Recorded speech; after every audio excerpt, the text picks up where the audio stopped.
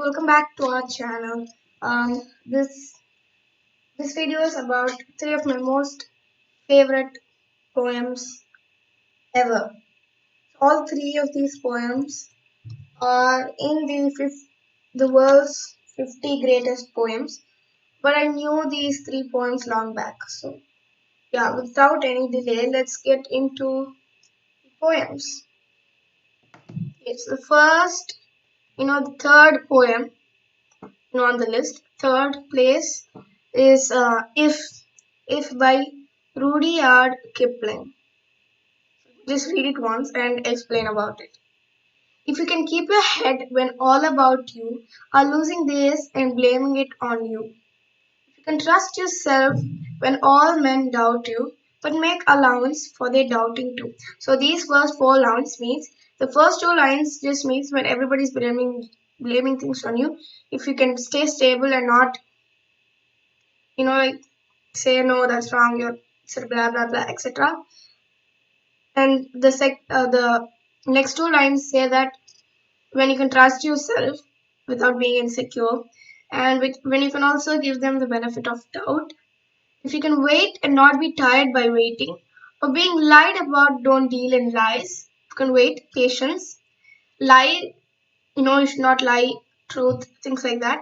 Or being hated, don't give way to hating.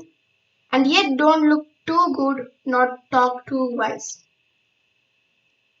If you can dream and not make dreams your master, if you don't get overwhelmed by the dreams, if you can think and not make thoughts your aim, if you can meet triumph and disaster and treat those imposters just the same, triumph and disaster, imposters, if you can bear to hear the truth you've spoken, twisted by knaves to make a trap for fools, or watch the things you gave your life to broken and stoop and build them up with worn out tools.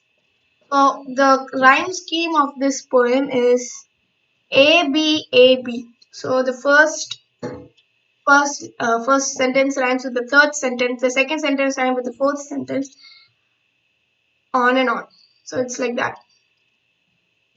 If you can make one heap of all your winnings and risk it on one turn of pitch and toss and lose and start again at your beginnings and never breathe a word about your loss.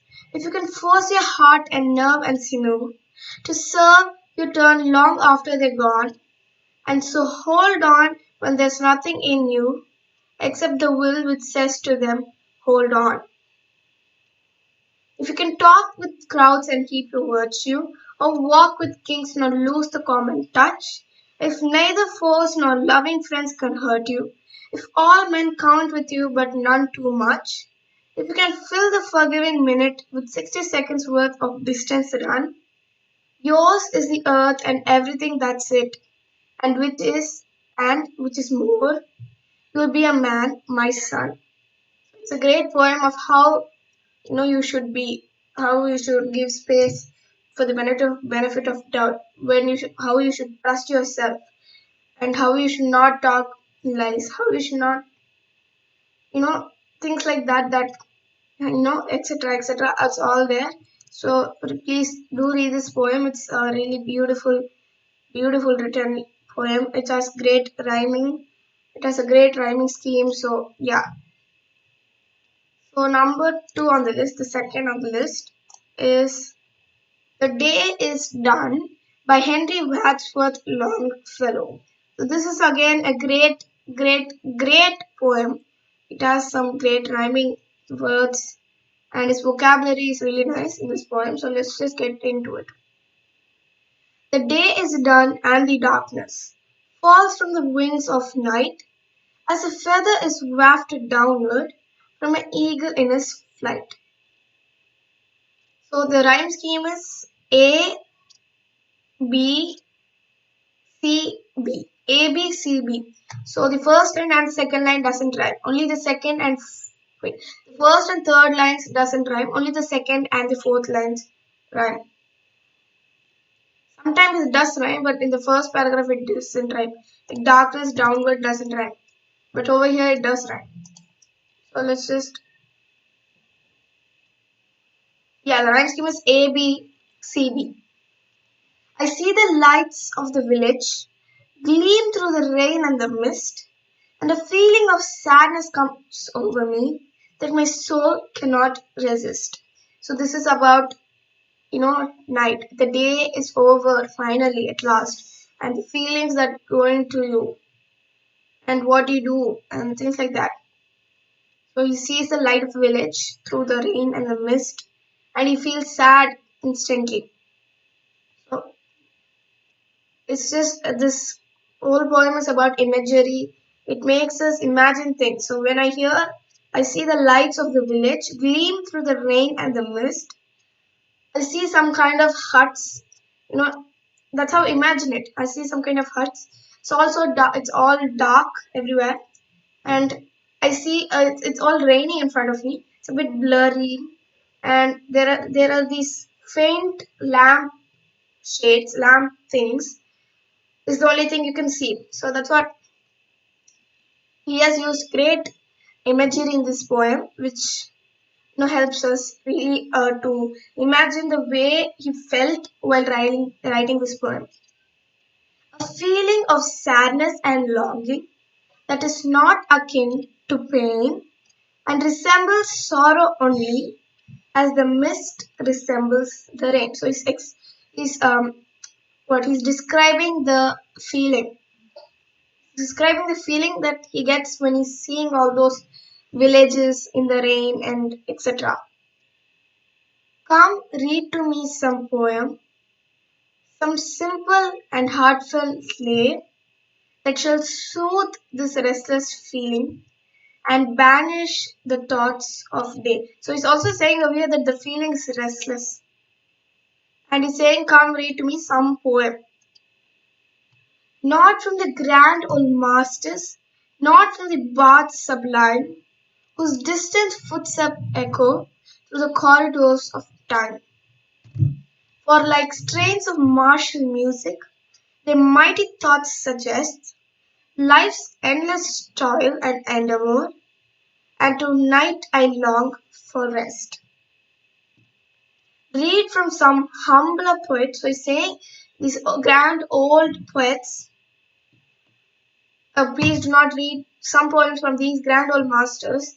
I want some poem from some humbler poet whose songs gushed from his heart as showers from the clouds of summer or tears from the eyelids start. Who, through long days of labor and nights devoid of ease, still heard in his soul the music of wonderful melodies. Such songs have the power to quiet the restless pulse of care and come like the benediction that follows after prayer.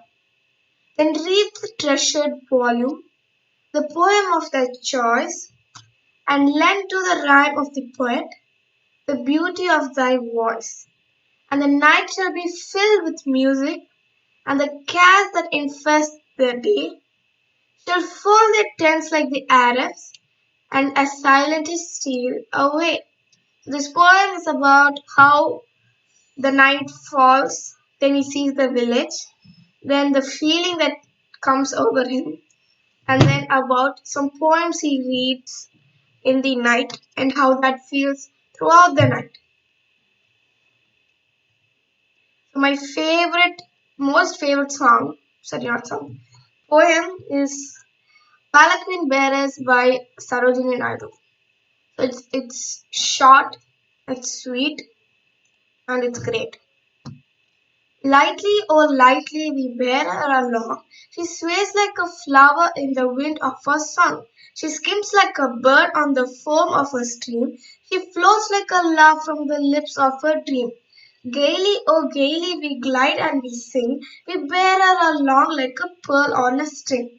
Softly, oh softly we bear her along. She hangs like a star in the dew of a song. She springs like a beam on the brow of a tide. She falls like a tear from the eyes of a bride. Lightly, oh lightly we glide and we sing. We bear her along like a pearl on a string. So this song is short, it's sweet, and the rhyme scheme is A B A B A B. So it's just amazing poem. So I'm really sure you like all three of these poems. Let me explain what this actually means.